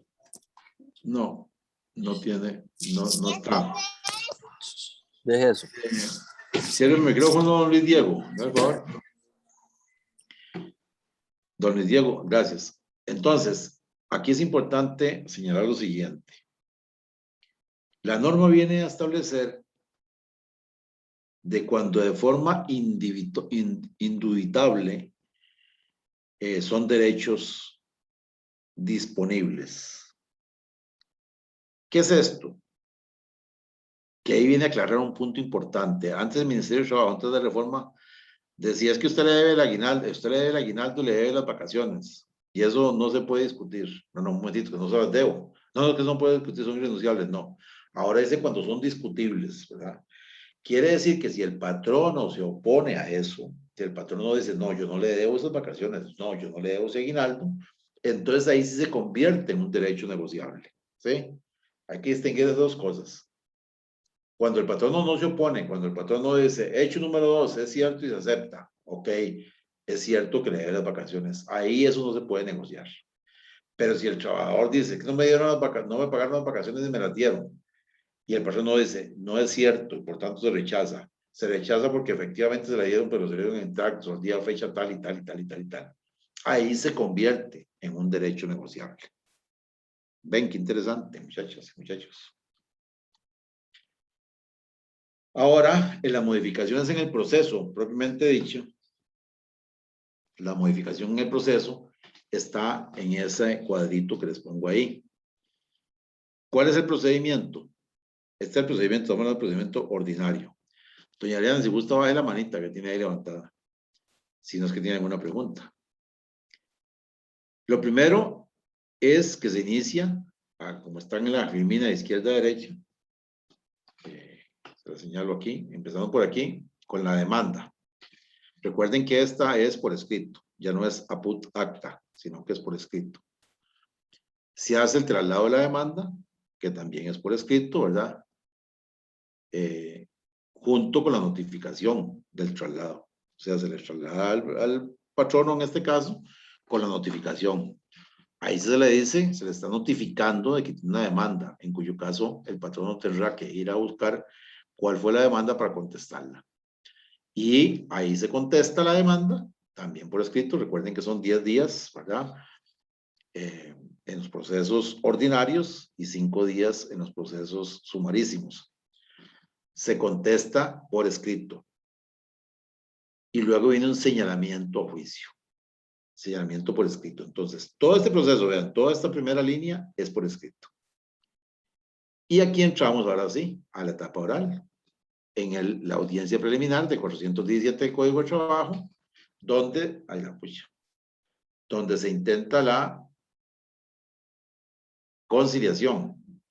Se intenta la conciliación y si no hay conciliación, entonces pasamos a la etapa de juicio, que se llama, que es la evacuación de la prueba, ¿verdad? Básicamente consta de dos partes. Las pruebas, documentales ya están ahí y las pruebas testimoniales es que se evacúan. Se evacúan las pruebas testimoniales y se hace finalmente la, ¿cómo se llama? La etapa de conclusiones, donde cada una de las partes, los abogados, hacen las conclusiones. Esta etapa, que está en celeste, esa es totalmente oral. Y viene la sentencia también de forma oral, que también se replica de forma escrita. Luego viene la fase recursiva ante el Tribunal de Apelación, de primera instancia o de segunda instancia, según sea menor cuantía o mayor cuantía. En ambas sentencias de segunda instancia son, primera fase, menor cuantía ante el Tribunal de Apelación, o cuando es en caso de huelga, ¿verdad? Entonces también existe esa segunda fase, que se llama segunda fase, no se llama fase recursiva, sino segunda instancia, y luego viene el recurso de casación si es mayor cuantía o si es en el caso huelga. Luego viene la ejecución de sentencia y el archivo del expediente. ¿Estamos claros hasta ahí? ¿Qué modificaciones incluye la reforma procesal laboral en el derecho colectivo? Un poco ya les había comentado para poder ir adelantando, porque me interesa que el jueves lleguemos fresquitos con estos temas porque vamos a ver cómo la nueva legislación que se metió después de la reforma procesal vino a modificar esto que vamos a ver. Primero, la ampliación de los fines de la huelga, que hace los de ahí, que están en el 371, donde tenemos conflictos jurídicos y conflictos económicos sociales. Antes solamente se podía ir a huelga por conflictos económicos y sociales. Ahora se incluye lo jurídico. Ya dijimos que los conflictos económicos y sociales son la petición de una norma nueva o bien distinta a la vigente, o sea que crea un derecho. Cuando estemos frente a una convención colectiva, entonces vamos a solicitar un arreglo directo, solicitamos al patrono que ya les dije que nos aumente el salario, o que nos ponga un bidón de agua, o que nos dé computadora, o qué sé yo. Y entonces ahí, al quedar firmado y homologado por el Ministerio de Trabajo, se crea una norma porque son ley profesional.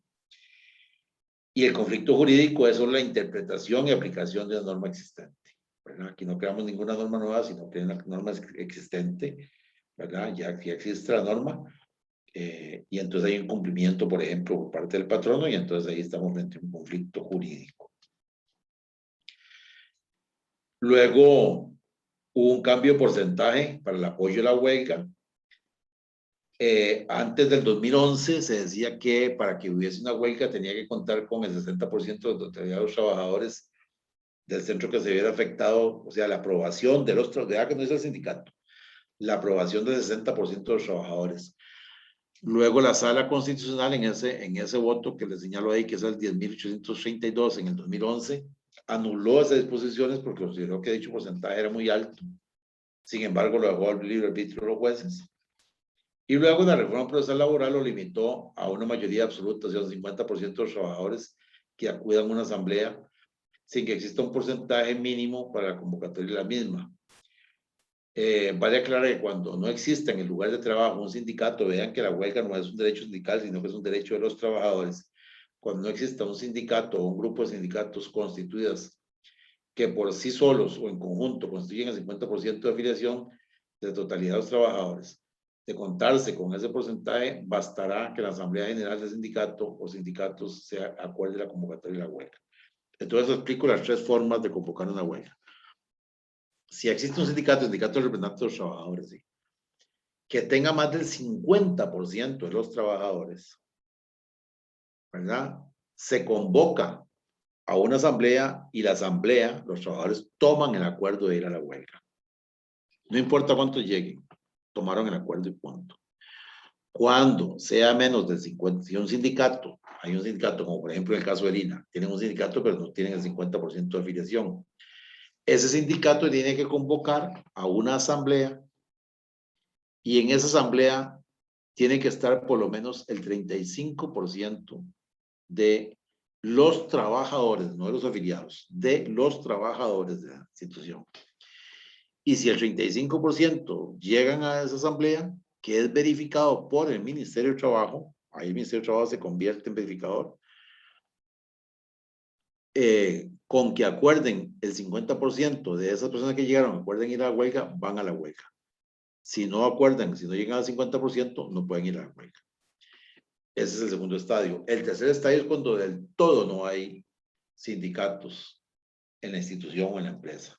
En ese caso, entonces, se forma un comité de trabajadores compuesto por 3 trabajadores, que ya les dije, van al Ministerio de Trabajo, se inscriben como tal y vienen, y el Ministerio de Trabajo va a verificar esa asamblea, le solicita al patrono, le manda una carta diciendo, estas 3 personas son las que están representando a los trabajadores, vamos a hacer una reunión para ver si van o no a la huelga, y para eso necesito saber que usted me diga en qué lugar de la empresa nos vamos a reunir y que le dé 2 horas libres a todos los trabajadores para esa asamblea.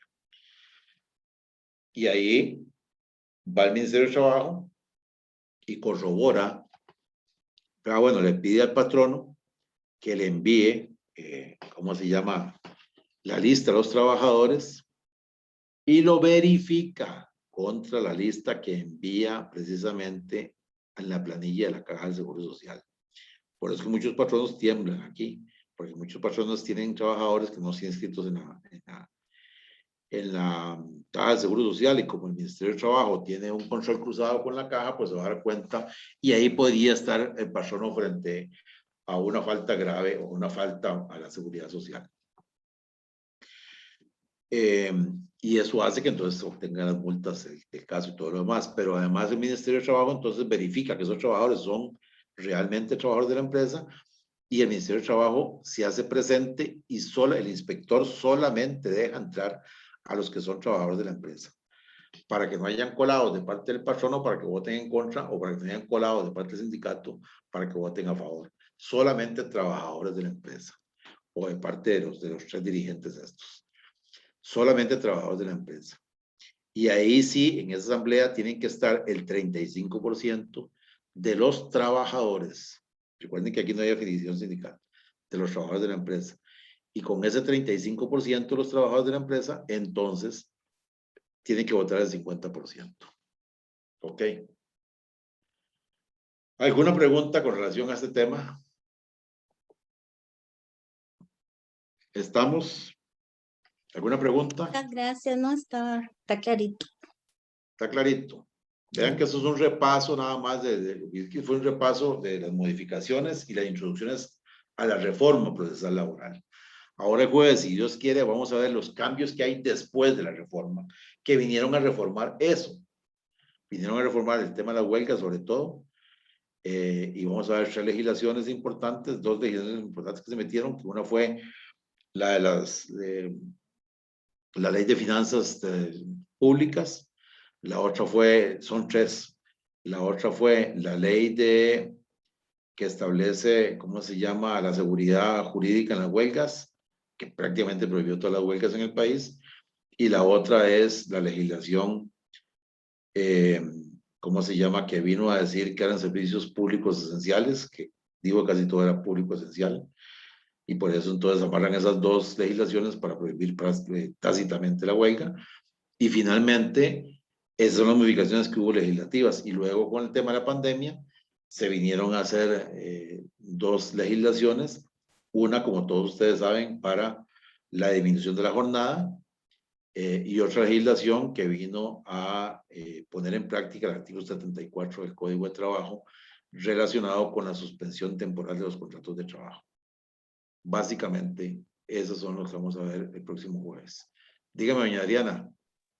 Lo último ya, profe. Entonces, es imperativo que el 35% de los trabajadores de la empresa tienen que estar, digamos, bueno, que sean trabajadores directamente de la empresa. Por eso es que se solicita que sea el 35% el resultado de los que van a votar. Es Así correcto. Es correcto. Estamos hablando cuando son trabajadores que no tienen sindicato, ¿verdad? Y si el sindicato... Sí, correcto. Estamos hablando más de toda la empresa privada. Sí. Exacto. Y si el sindicato no pública.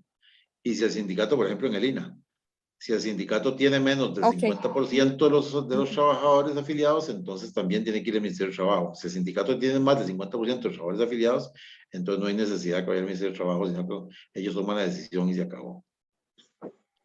Perfecto, gracias, profe. Bueno. Ok, bueno, siento que faltan 8 minutos para las 8, vamos a terminar aquí hoy y vamos a ver esas 3 legislaciones nada más, que el próximo jueves, perdón, más los 2 cambiecillos que se hicieron, una vía decreto y otra vía legislación. El decreto lo que vino es a regular el artículo 74 del Código de Trabajo por el tema de la pandemia, para la suspensión temporal del contrato, y una legislación que vino sí a reducir la jornada laboral, que ya pasó para todas las empresas privadas, con excepción que se mantiene a través de una nueva ley que se mantiene para el sector de turismo. Bueno, muy buenas noches tengan todas y todos entonces. Bueno, Marcos. Buenas noches, gracias. Buenas noches, profesor. Buenas noches, profe y compañeros. Buenas noches a todos, muchas gracias. Buenas noches. Buenas noches, profe. Muchas gracias, profesor. Gracias. Buenas noches a todos. Con todo gusto, buenas noches. Excelente, como siempre. Gracias, muy amable, Gina. Buenas noches, profesor, muchas gracias. Con todo gusto, buenas noches. Buenas noches, profesor. Ahí la compañera Nani le suministrará mi número. Ya me lo mandó. Ok, de acuerdo. No, Nani se lo va a dar a usted mi número.